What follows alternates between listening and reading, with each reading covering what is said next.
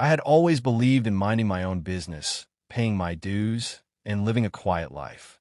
That's why my wife and I chose to settle in Oakridge Heights, a picturesque community that promised peace, safety, and a well-maintained neighborhood. The homes were beautiful, the streets lined with trees, and the HOA prided itself on keeping property values high. We had lived here for 5 years without issue, until Marcus Lang, the newly elected vice president of the HOA, decided to make me his personal target. It started small.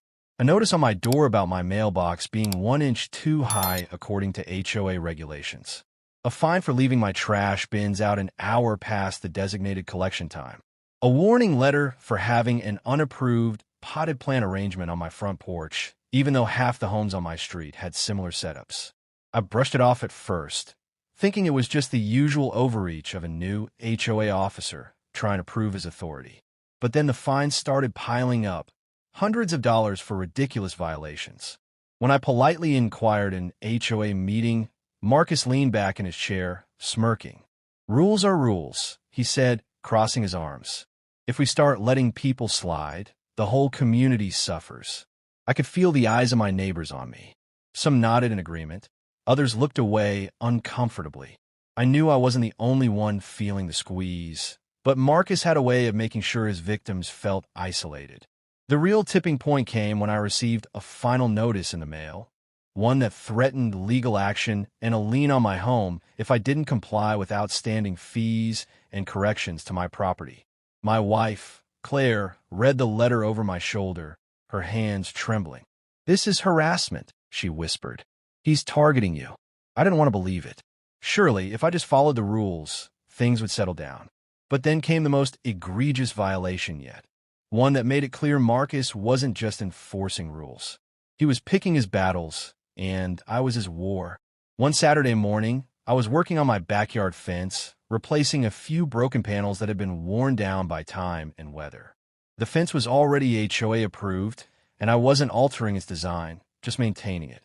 But by midday, I saw Marcus himself walking up my driveway, flanked by 2 security officers the HOA had recently hired. He carried a clipboard and wore an expression of pure arrogance. "This is unauthorized construction," he announced, motioning toward my fence. I set my hammer down slowly. "I'm just repairing what's already here," I said evenly. "It's the same fence that's been here for years." "You didn't submit a modification request," he replied, tapping his clipboard. "Any exterior work requires prior approval." I stared at him in disbelief. "I don't need approval to fix a broken panel."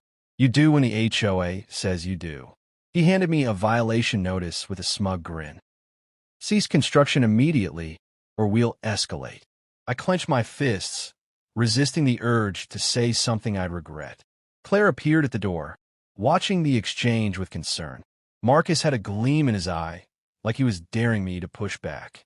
But I wasn't going to give him the satisfaction. Not yet. I simply took the paper and nodded. "We'll see about that," I said. That night, I did something I should have done weeks ago. I started digging. I combed through the HOA bylaws, state property laws, and homeowner rights. And what I found was a web of inconsistencies, loopholes, and outright legal violations. The fines, the threats, the forced compliance wasn't just overreach. It was illegal. But the real bombshell? Marcus Lang had a vested interest in driving certain homeowners into financial trouble. A quick search of public records showed that he had close business ties with a real estate investment firm that had purchased several foreclosed homes in Oakridge Heights over the past year. The firm specialized in flipping properties for profit, and the pattern was clear: harass homeowners with relentless fines until they couldn't keep up, force them into a position where they had to sell, then buy the property at a fraction of its value. Marcus wasn't just a petty HOA tyrant. He was running a scheme. I sat back in my chair, my mind racing. This wasn't just about me.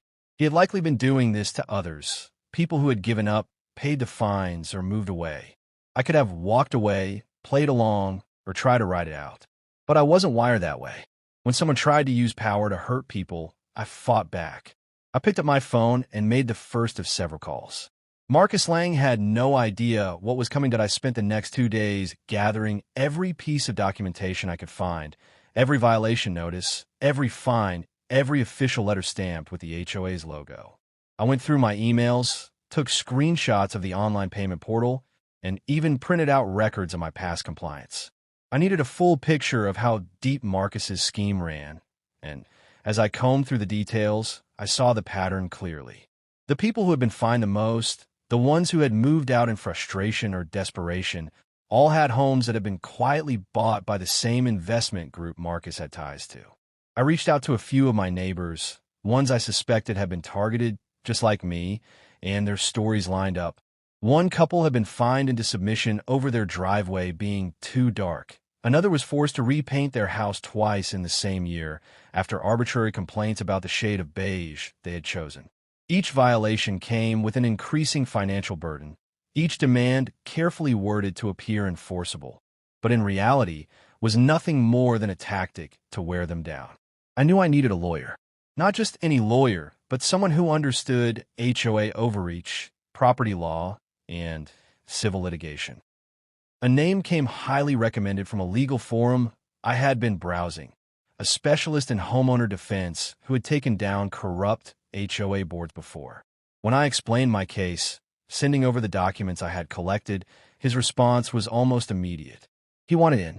The plan was simple. We wouldn't just fight the fines.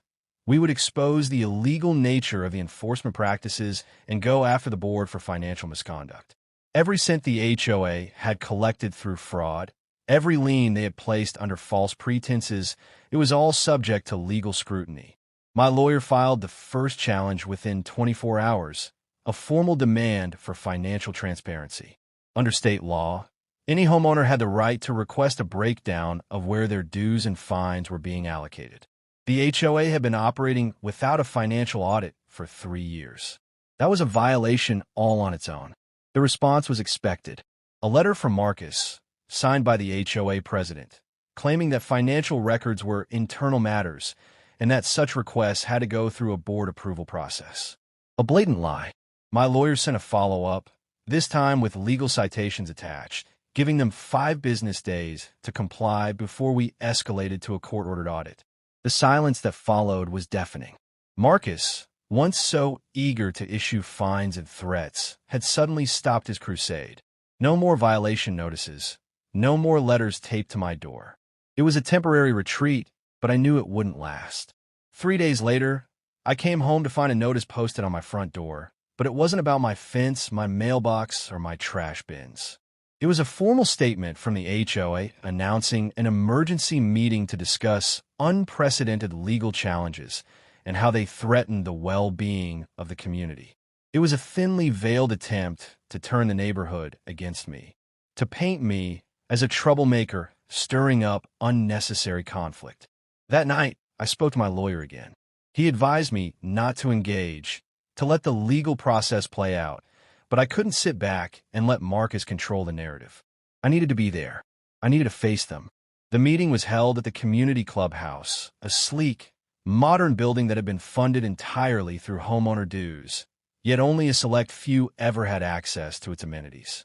I arrived early, taking a seat near the back as the room slowly filled with residents, some whispering to each other, others looking uneasy.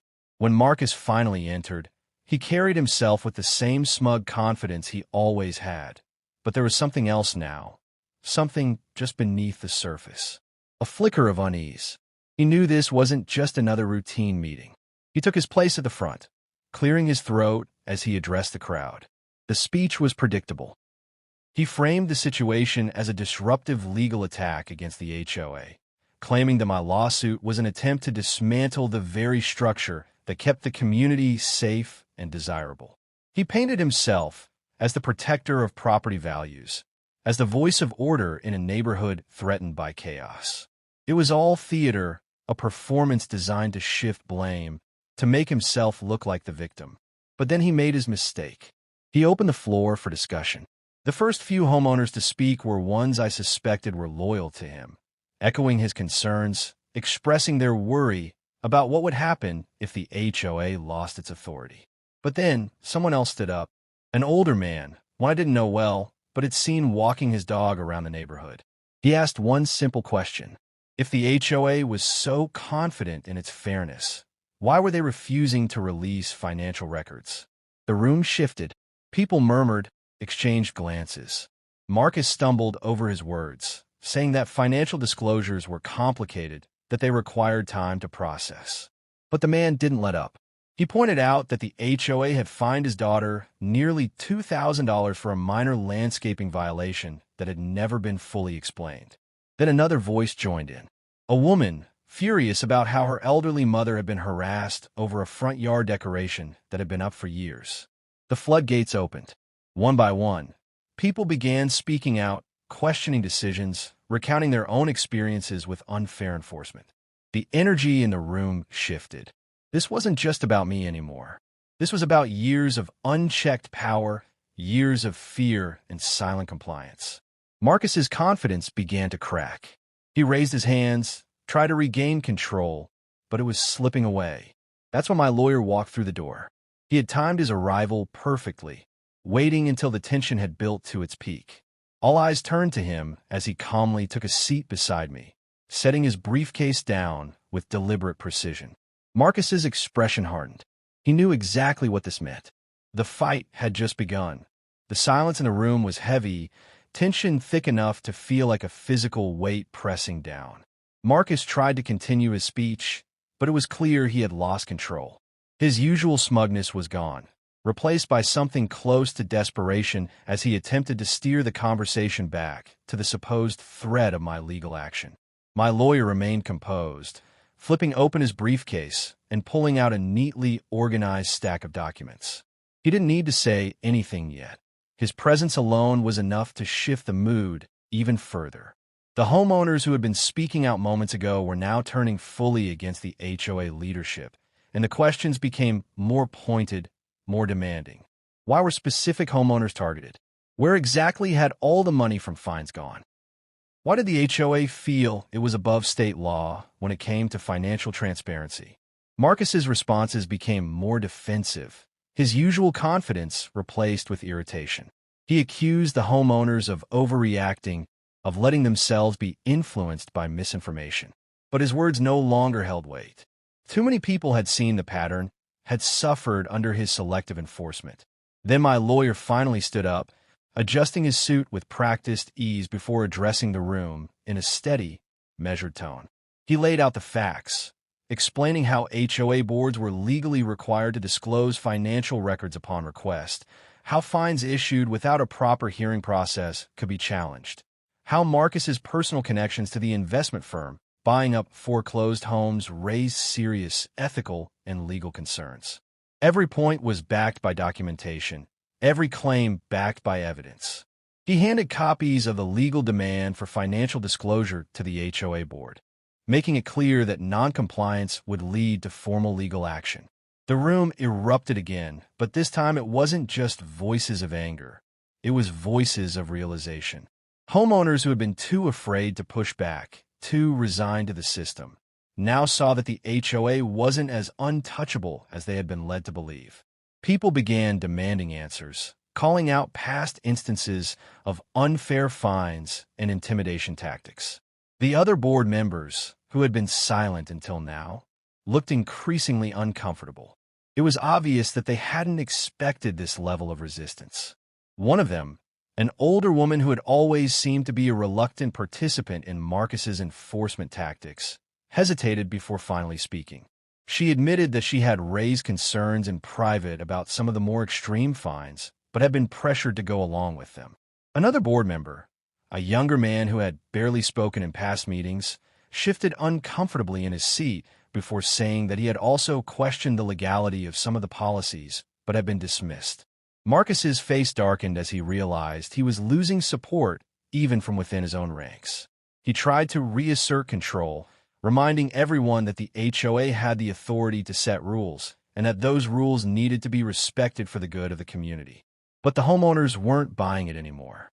Someone shouted from the back of the room, asking how it was for the good of the community when they had to live in constant fear of arbitrary fines. Another person called out that property values had remained stable long before Marcus started cracking down on minor infractions. The turning point came when a woman stood up near the front, holding up a printed-out document. She had been one of the first to receive a foreclosure warning after being buried in fines. And now she had proof that the very same investment firm Marcus was linked to had purchased her home at a suspiciously low price after she had been forced to sell. The weight of the accusations was finally too much. Marcus's expression twisted with frustration as he realized he had lost. The board members who had once stood by him were now visibly distancing themselves. Homeowners were talking over each other, furious, emboldened by the evidence they now had. My lawyer remained calm through it all, watching as the HOA leadership began to unravel in real time. Then, in one final act of arrogance, Marcus attempted to dismiss everything, claiming that none of this changed the fact that my lawsuit was still a waste of the HOA's time and resources. That was the moment my lawyer delivered the final blow. He calmly informed Marcus and the entire board that a formal complaint had already been filed with the state attorney general's office, citing financial misconduct, abuse of power, and unlawful enforcement of HOA regulations. A civil lawsuit was also in the works, with multiple homeowners now willing to sign on as plaintiffs. The reaction was immediate. Marcus's face drained of color. He stammered out something about the accusations being baseless, but it no longer mattered. The board members, now realizing the legal consequences of their actions, began murmuring amongst themselves, some looking ready to walk away entirely. Homeowners were no longer just angry. They were ready to take action. A motion was called right then and there for an emergency vote of no confidence in the current HOA leadership. It was the beginning of the end for Marcus. The board was fracturing, the homeowners were united, and legal consequences were closing in. The HOA, once a tool of control for Marcus and his schemes, was finally being turned against him. And this was only the beginning of what was coming next. The shift in the room was undeniable.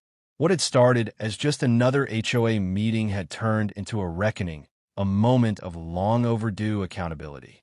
Homeowners who had once sat quietly in the background were now demanding immediate action.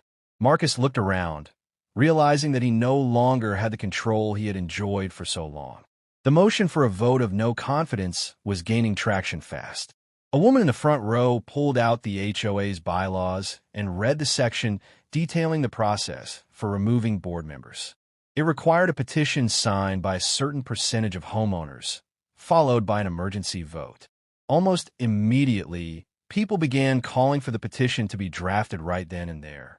The board members who had been Marcus's closest allies looked uneasy, some shifting uncomfortably in their seats, others already pulling out their phones, likely to consult with their own legal advisors. Marcus tried to resist, raising his voice to assert his authority, but it was no use. He had lost his power the moment the homeowners realized they weren't alone. For years, he had relied on silence and fear, knowing that people would rather pay the fines than deal with the hassle of fighting back. But now, that silence had been broken, and the fear was gone. One homeowner after another stood up, recounting stories of unfair fines, threats of liens, and the stress of living under an HOA that seemed more interested in control than community. A man near the back revealed that he had received an illegal foreclosure warning just weeks earlier, the latest victim of Marcus's scheme. The crowd erupted in outrage, and the demand for an immediate vote grew even louder. Then came the breaking point. My lawyer, who had been waiting for the right moment, calmly reached into his briefcase and pulled out a stack of printed documents. He handed them to one of the board members, a woman who had already shown signs of turning against Marcus. As she flipped through the pages, her face paled. It was undeniable proof. Bank transactions linking Marcus to the investment firm, a pattern of properties being targeted for fines and then bought at a fraction of their value. The evidence was irrefutable, and the weight of it finally shattered the last remnants of Marcus's confidence. He tried to deny it, claiming the documents were misleading, that he had done nothing illegal, but the board members had seen enough. One by one, they began backing away from him, unwilling to go down with him. The motion for removal was made official. A few of the remaining board members scrambled to buy time, claiming they needed to consult legal counsel before taking such drastic action. But the homeowners weren't willing to wait. They demanded an immediate vote, and under the mounting pressure, the The board had no choice but to agree. Ballots were handed out, and in the span of just 15 minutes, Marcus's fate was sealed. The votes were counted, and the decision was unanimous. He was removed from his position as HOA vice president with immediate effect. The moment the results were announced, Marcus's face contorted in rage. He stood up so abruptly that his chair toppled over behind him. His voice, once the commanding presence in these meetings, was now shaking with barely contained fury as he accused the homeowners of turning against him, of ruining everything he had worked for. But no one cared anymore. His influence was gone, and his authority had been dismantled. People turned away from him, no longer intimidated, no longer willing to listen. Security, the same HOA security Marcus had once used to enforce his will, was now being called upon to escort him out. It was a poetic moment, watching him storm out of the meeting he had once controlled with an iron grip. But even as he disappeared through the doors, I knew this wasn't over. Removing him from his position was just the first step. The financial audit my lawyer had requested was still pending, and now, with the entire community aware of what had been happening, there was no stopping it. The remaining board members, desperate to distance themselves from Marcus, agreed to an immediate review of the HOA's financial records. My lawyer made it clear that failure to comply would result in a court-ordered audit, one that could bring even more legal trouble for those involved. Over the next several days, the fallout from the meeting spread like wildfire. News of Marcus's removal reached every corner of the neighborhood, and more homeowners started coming forward with their own complaints. The local news even picked up the story, running an expose on HOA corruption and predatory practices. The pressure mounted as the financial audit moved forward, revealing years of mismanagement, questionable expenditures, and funds that had mysteriously disappeared under Marcus's leadership. It was no longer just about unfair fines or selective enforcement. It was about fraud, and now law enforcement was involved. Investigators from the state attorney general's office began reviewing the case, and the deeper they dug, the worse it got for Marcus. His connections to the investment firm were undeniable, and the evidence suggested a pattern of deliberate financial misconduct. By the end of the month, Marcus was facing formal charges. The very system he had used to manipulate and intimidate homeowners had turned against him, and there was no escaping the consequences. The investment firm he had been working with quietly distanced itself from him, refusing to take any responsibility for his actions. His once loyal allies on the board had abandoned him, and his name had become synonymous with scandal. The last time I saw him, he was loading boxes into the trunk of his car, his house already listed for sale.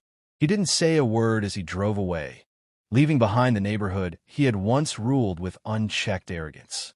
With Marcus gone, the HOA underwent a complete restructuring.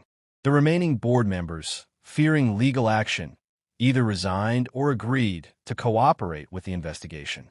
A new leadership committee was formed, made up of homeowners who had fought back against the corruption.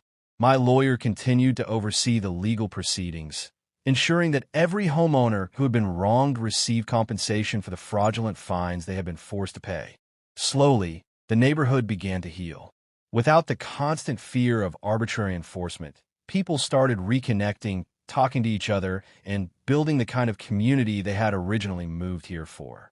The biggest change came in the form of a new set of HOA rules, ones that focused on fairness and transparency rather than control. Homeowners now had the power to challenge violations before an independent review panel, and financial disclosures were made available to everyone on a quarterly basis. The security cameras that had once been used to surveil and intimidate residents were repurposed for actual safety measures, with clear guidelines on privacy. The clubhouse, once an exclusive space controlled by the HOA elite, was now open to all homeowners, hosting community events and meetings that encouraged participation rather than fear. It was a long battle, but in the end, the right side had won. The power Marcus had abused for so long had been stripped away, and justice had been served. The neighborhood was finally free from his grip, and the community had taken back what was rightfully theirs. It was a reminder that standing up against corruption wasn't just about winning a fight. It was about ensuring that no one else would have to go through the same struggle again. The nightmare of Marcus Lang's reign was over, and Oakridge Heights was finally, truly, home again.